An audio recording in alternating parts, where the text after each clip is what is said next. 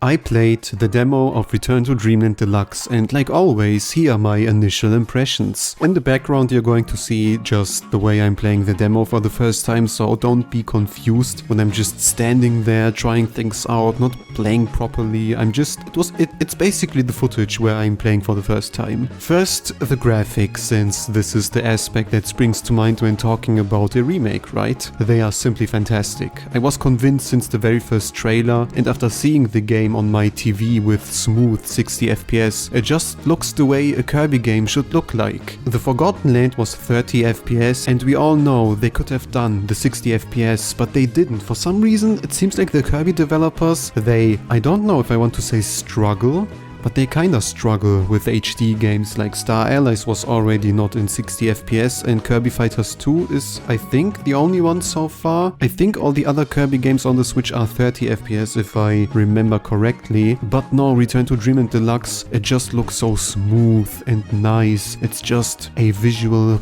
pleasing cake. Nothing against Star Allies or the original style, but something about this almost whimsical direction screams Kirby to me, and it fits the franchise so much more. It's a mixture, kinda, if you remember correctly, right, from the one cancelled Kirby GameCube game, which was like 2D and looked like a picture book-esque style, and this is very similar, resembling even more the combination of all the cancelled Kirby titles basically. It also distinguishes itself more from Star Allies with this style and gives Return to Dreamland Deluxe a distinct identity. Also, some people don't enjoy the black outlines, but they are absolutely no problem for me, as I mentioned in other videos. It helps to separate the main elements from the background a little more and gives all the characters and objects a certain edge. I'm aware that people who don't like the black outlines know why they are added. It's not like they are like completely blind for why the black outlines even in the game, but it would have been probably nice if they implemented an option to adjust at least them. Maybe if they want to keep them, but at least adjust them, just like in Smash Bros for the 3DS, where you could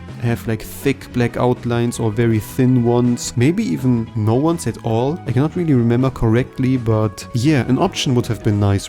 Probably. But going back to the graphics, especially the other dimensions or some other certain moments so far are such a step up from the original, and I can only imagine how pleasing the final, for example, will look like. Special shout out to the opening cutscene and especially all these extra details like the new transition screens and most importantly the new animations of the super abilities. They just look amazing. Now, they have much more weight behind them, and just in general, it feels like they really ironed out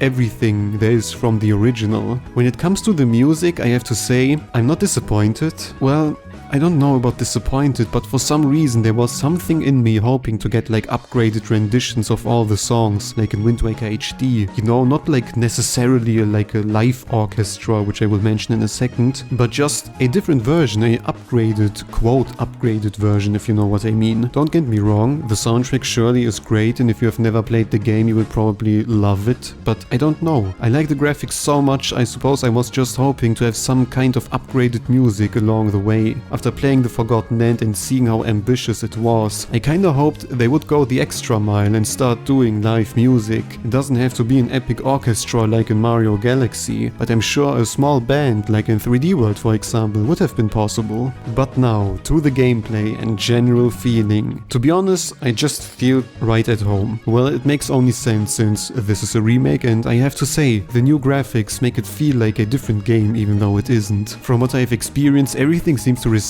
basic modern Kirby. I haven't noticed a difference in running speed or any other copy abilities, so if you played any modern 2D Kirby, it should be basically the same. Maybe there are differences, and if I see them like proven on paper, then I will notice them, but just briefly playing through the demo once, it was basically the same. Obviously we now have a dodge roll and air dodge, which both were not present in the original, but I'm not sure about the fast fall. Was there a fast fall in the Wii game? Of course, the super suck is not performed with any motion controls anymore, and there's also now this new helper mode, where Margula rescues you from falling into bottomless pits and gaining copy abilities automatically, without doing the extra step of swallowing, just like in the Forgotten Land. And I mean, it's a Kirby game and every extra step to make it accessible is alright for me. As long as it is an option, it's totally fine. The only reason people were complaining in Star Allies was the missing option of adjusting how much partners should do, like in Bowser's Fury for example, and just like the newly added item storage in this remake, it's completely optional and therefore fine. Besides, seeing Margolor pull up Kirby is totally worth it. What else? If you haven't played the original, these demo levels are a mixture of some of the original. You're not going to encounter a desert section in the first world, but because this is a demo, we even get the opportunity to experience the new sand ability and, my god, does it feel fantastic. At this point it's no secret, but they just completely nailed the gameplay of Kirby abilities in 2D, and sand is no exception. Every move flows so well into another, and there are all these small little tricks and details you can easily miss, like the little back kick you can perform to guard your back. Extremely well done ability, and I cannot wait to try the mecha one. I was really surprised to see that we could also fight the harder wispy woods, and by the way, bosses now have pause screen information, and it was mentioned in one of my streams that some people think the hard mode might be scratched. I think there was like one trailer there, like piece by piece now putting out these clips and trailers on Twitter, not necessarily like a whole trailer but just clips, and I think in one of these it was basically confirmed that the hard mode is still there in case someone was scared, because maybe the Margolor mode would replace it, but no, the hard mode is probably, I think, 99% still in the game. The Margolor mode confirmed new versions of existing bosses, and going by how Kirby games tend to build their arenas, we would need a new extra arena for them, right? This is actually not a real problem though, as they did the same with Star Allies and it wasn't an issue at all, so yeah, we will probably get a new arena. Other than that, I don't think I have noticed anything noteworthy left from the demo. Right now, the only thing going for the regular game is seeing how the rest will look visually, and we are all probably most excited for that extra adventure. Speaking of new things, there's also a small sneak peek into the Margolor land, and just like expected, it's a nice to have. Unfortunately, there's no checkerboard chase yet, but the pew pew minigame is surprisingly fun, and I can see myself play it more than simply one time, like the ninja thing also present in the demo. They really tried to keep the longevity of the game by adding these missions and tasks, and I have nothing against it. The longer I can play a Kirby game, the happier I am, and at this point I'm used to playing Kirby games well beyond the human mind.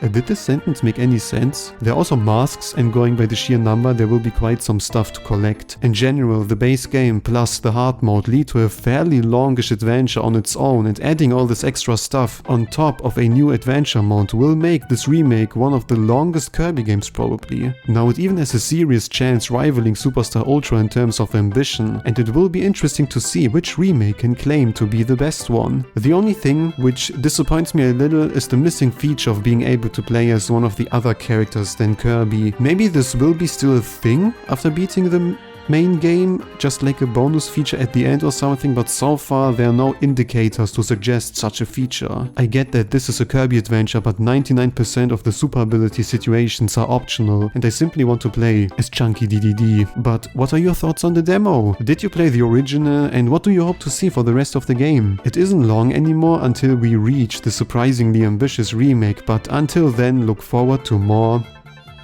I don't know, stylish videos.